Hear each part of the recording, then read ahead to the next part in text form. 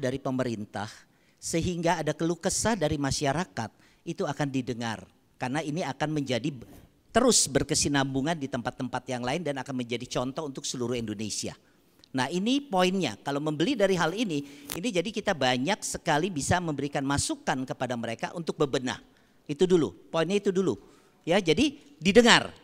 Karena biasanya kita kalau lagi komplain sama, ya saya tidak boleh sebut developer lain, tetapi kalau kita komplain itu mungkin terrealisasi bisa 3 bulan baru didengar, padahal betulin keran doang istilahnya begitu. Kalau ini enggak, itu dulu berarti apa? Anda mendapatkan service, itu poinnya, kenapa mesti pilih ini? Itu dulu. Yang kedua adalah Anda mendapatkan tempat yang namanya kendaraan umum yang sangat mudah dan langsung di depan daripada apartemen itu. Kebanyakan jarang sekali apartemen yang punya halte dan lain-lain di depan persis daripada yang namanya tempat mereka tinggal. Jadi mungkin paling 2-3% saja karena sekarang baru ada LRT atau MRT. Itu yang jadi tempatnya itu yang baru dilewati. Padahal sebenarnya setiap apartemen itu pasti harus ada kendaraan umum. Nah ini sudah ada. Apalagi disiapkan lagi sendiri. Nah ini kan udah nyaman. Yang ketiga adalah pengembangan daerah ini sendiri yang sudah padat dan dekat pintu tol itu yang merupakan jumlah penduduk akan naik. Kenapa kita judulnya adalah investasi?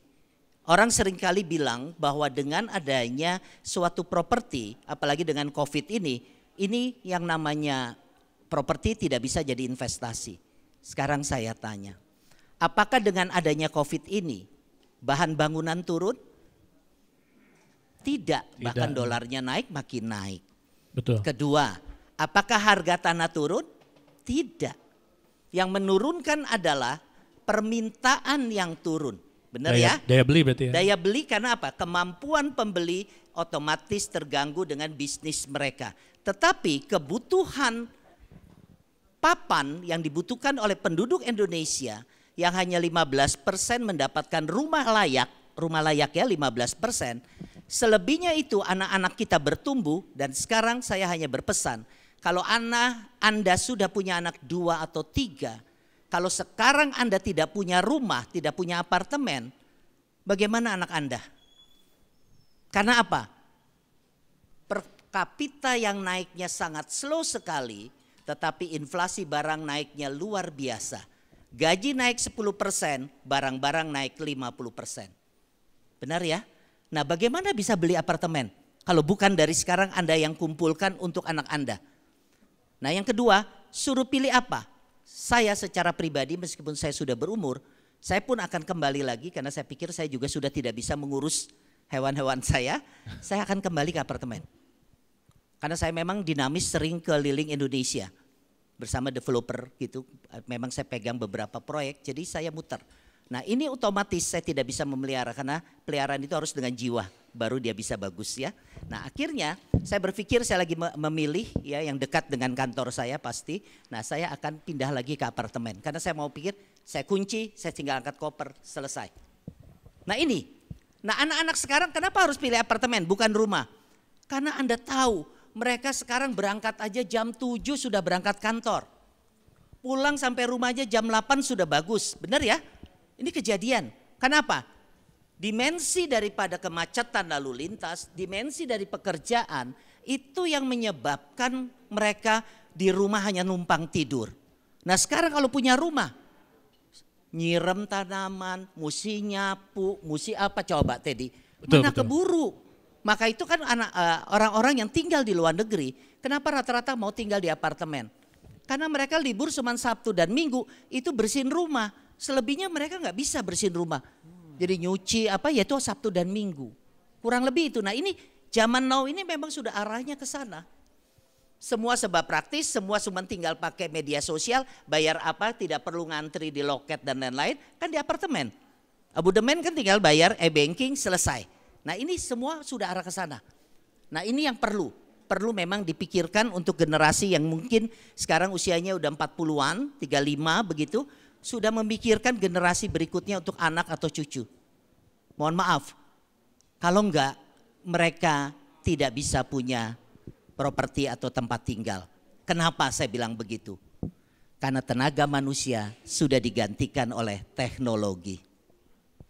Itu jawabannya. Tenaga manusia sudah digantikan oleh teknologi. Iya, kalau Anda nggak beli sekarang, Betul. dan apalagi harga lagi memang benar-benar lagi harga promosinya luar biasa Ya. dengan adanya COVID begini, semua daripada konsumen dimanjakan sama pihak developer, ya inilah kesempatan investasi.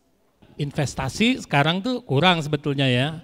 Tapi pertanyaannya adalah dengan nilai dengan daya beli yang menurun, apakah menurut Mr. Kokon antusiasme dari masyarakat juga akan berdampak juga terhadap pembangunan sebuah apartemen? Secara logika, kalau dibilang berdampak, ya berdampak. Tetapi Anda kan bisa memilih salah satu developernya siapa. Itu dulu. Kedua, udah ada bangunan atau belum? Kalau ini kan Anda sudah lihat ya. Ya, Nuasa Pondok Kelapa ini bangunannya sudah ada, unitnya sudah ada. Siapa yang membackup daripada bangunan ini? Itu kan berarti udah nyaman, itu dulu. Kedua, kenapa dibilang investasi? Anda tahu ada beberapa investasi. Yang satu adalah indeks atau saham. Anda tahu kalau Anda pernah bermain, siapa yang bilang mau terus atau kapok? 99% bilang kapok. Ya, 99% bilang kapok. 1% kenapa masih terus? Ya karena dia pialang, dia ngerti semua karena dia yang mainkan daripada saham itu. Jadi sehingga dia tahu, itu dulu satu. Yang kedua, ya adalah invest logam mulia, ya emas. Anda tahu lagi bahwa emas itu adalah berupa surat. Jarang sekali Anda melakukan dengan yang logam mulianya itu berbentuk. Kalau berbentuk berarti perhiasan. Kalau perhiasan berarti ada ongkos, ada harga jual dan harga beli. Ongkosnya dibuang, harga jual juga akan lebih murah daripada harga beli. Nah itu seringkali orang tidak berpikir berapa persennya perbedaan-perbedaan itu dengan nanti kelipatan daripada harga di properti. Nanti saya akan hitungkan biar pada jelas di sini. Yang keempat itu adalah deposito. Anda tahu deposito sekarang terjun bebas sehingga bank ternama sekarang yang paling terkenal itu cuma 3,75 sekarang deposito. Berarti kalau 3,75% setahun, berarti kalau bagi 12 Anda dapatnya cuma 0, berapa? Berarti uang itu rupiah itu sangat jatuh sekali. Dan bank-bank yang memang bank pemerintah dan lain-lain sekarang sudah baru 5,5, 5,6, paling tinggi itu adalah 6%. Bahkan ada yang mengasih masih 8%. Sekarang saya tanya, kalau Anda pembisnis, ada bank yang berbeda dan mengasih deposito besar, berarti bank itu sehat atau tidak sehat? Tuh pada geleng Bapak itu juga bilang, tidak sehat. Jadi jangan berpikir deposito besar, Anda pindahkan uang Anda ke deposito yang besar. Berarti apa? Bank itu tidak punya uang, maka itu dia mau tarik uang itu. Nah ini salah satu. Nah kalau properti sekarang, COVID tidak COVID, dulu 98 rusuh pun, harga semen, harga pasir itu naik gak tiap tahun? Naik. Bener ya? Nah jadi kita hitung adalah apa? Minimum bahan bangunan yang akan kita tempati setiap tahun itu akan naik, kalau sekarang mungkin 10% sampai 15%. Kalau dulu saya hitungnya 20 sampai 25. Kalau sekarang nggak bisa. Paling minim lah 10%. Berarti kalau deposito cuma 6%, kita dari properti saja udah untung 4%. Deposito tidak bisa diagungkan. Deposito tidak bisa dikreditkan. Rumah bisa kredit, apartemen bisa kredit, setelah kredit bisa disewakan dan diagungkan. Benar atau enggak? 4 yang saya sebut, saham, logam mulia, valuta asing, dan deposito. Semua harus tunai. Properti bisa tidak tunai. Yang 4 tadi saya sebut tidak bisa disewakan dan diagungkan. Properti bisa disewakan dan diagungkan. Dan kemudian, apalagi keuntungan kenapa invest di properti? Anda baca setiap tahun Anda bayar PBB. Paling gampang, jadi kita tidak ngecap. Paling gampang adalah lihat PBB. Setiap tahun PBB itu harganya sama atau naik? Naik. Dan rata-rata naiknya 20%. Kalau tahun ini kita bayar 500, tahun depan kita bayar sudah 600. Nah berarti harga tanah Anda, pajak bumi dan bangunan sudah naik 20%. Nah ini poinnya, sangat mudah. Jadi nggak perlu kita ngecap ini paling bagus, ini itu. Lihat saja. PBB, bahan bangunan, kemudian bandingkan dengan deposito, bangun ini apa. Nah sekarang orang sering berdebat dengan saya, mereka bilang adalah lebih baik saya beli dolar. Ketahuan, dolar dulu masih 10 lebih gara-gara Covid ini dan lain-lain udah hampir 15, 14 lebih. Untung, jelas ya. Saya hanya jawab, ibu pakai baju merek apa? H&M. Oke, import ya Bu? Iya. Dulu kalau beli kaos 40.000 dapat nggak? Dapat. Sekarang berapa beli? 110. Iya berarti dolar naik, ibu naik nggak bajunya? Lihat. Berarti apa? Dolar mau naik seberapapun, kalau Anda eksportir, Anda boleh simpan dolar. Karena Anda dibayarnya sama dolar, Anda untung. Tapi kalau kita orang awam menumpuk dolar, tetapi kita bukan seorang pembisnis, ya dolar itu dibelikan barang lagi sehari-hari karena 80% di rumah kita barang semua import. Benar atau enggak? Berarti apa? Dolar Anda sia-sia. Karena barang yang Anda beli mengikuti dari harga dolar yang berlaku saat itu. Nah ini harus meyakinkan. Kenapa harus pilih properti? Kenapa orang berlomba-lomba juga menjadi investasi di properti? Kurang lebih seperti itu tadi. Luar biasa sekali. Boleh berikan tepuk tangan untuk Mr. Kokon. Yes, Mr. Kokon. Kalau dari tadi kan Aliando terus yang nanya. Iya. Nah ini kita kasih kesempatan juga. Mungkin ada di antara Bapak Ibu yang kayaknya ada pertanyaan. Iya. Kita tanyakan langsung pada pakarnya. Selamat siang ya Pak Kokon. Selamat siang.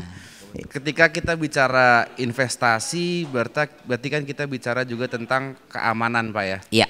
Sisi keamanannya. Dengan sisi keamanan seperti ini rata-rata kan rumah susun itu sifatnya adalah di BPJB ya Pak ya, biasanya disebutkan akan diserahkan serah terima unit.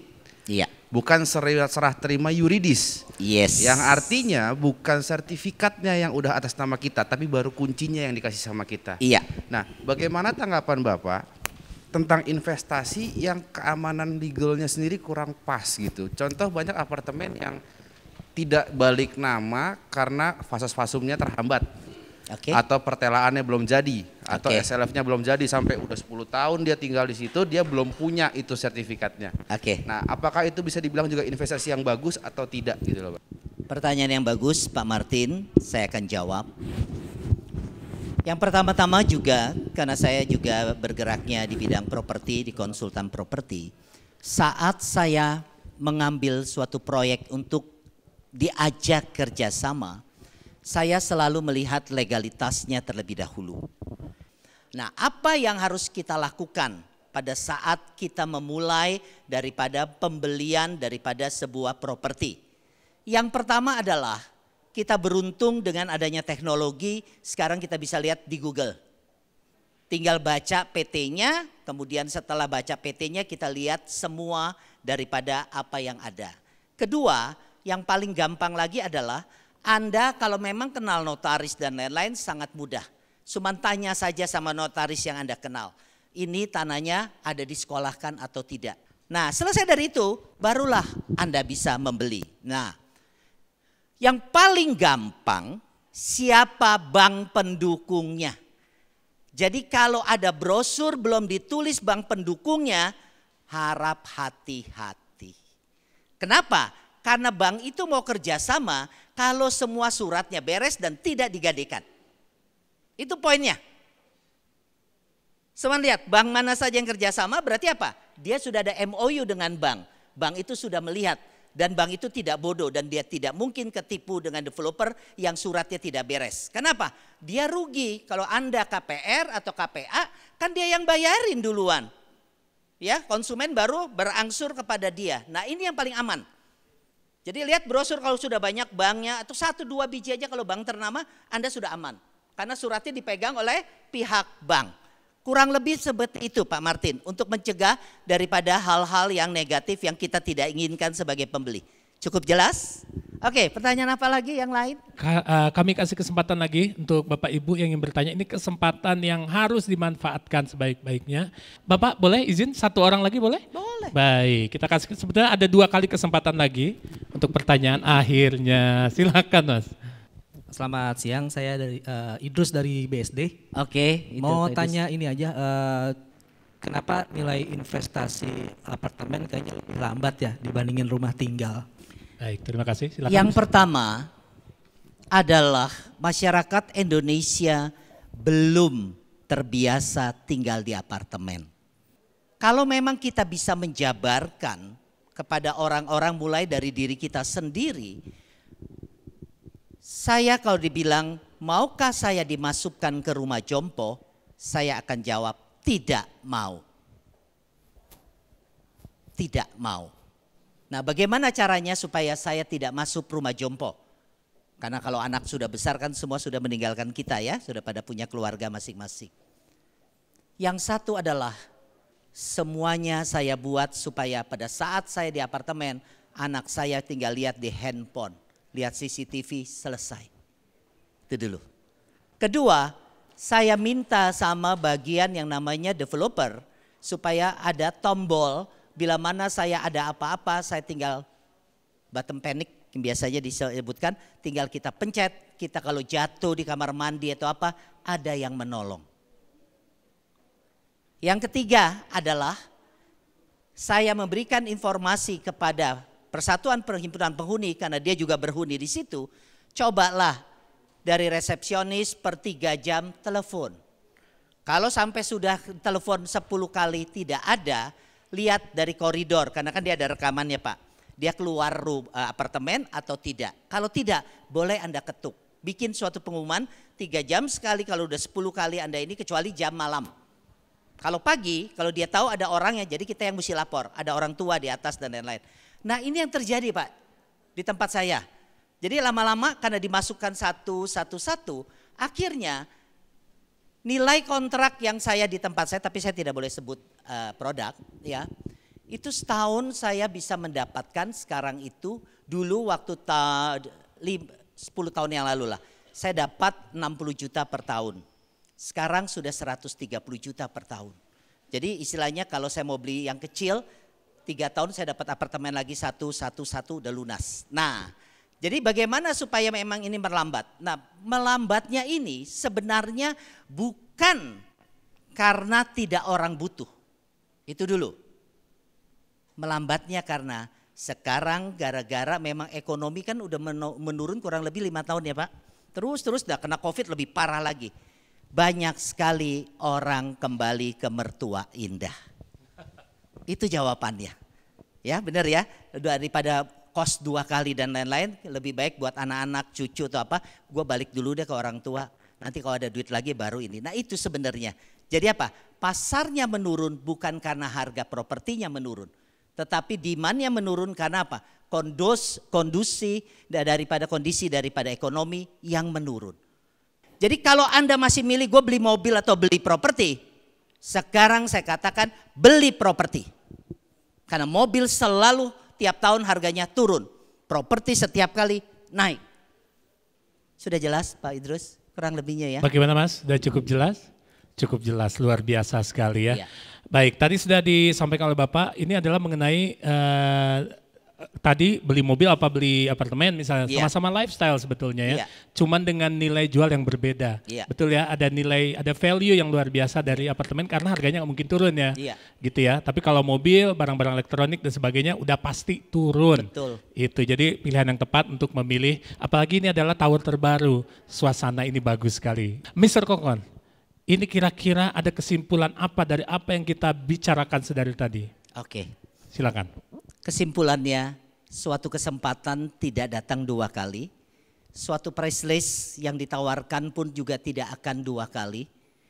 Pemilihan semakin Anda cepat kalau bermain di properti, Anda bisa memilih unit yang sesuai dengan selera Anda. Itu dulu. Ya, semakin Anda tidak memilih daripada unit itu, maka orang lain akan memilihnya. Nah, bagaimana Anda kalau mau memilih unit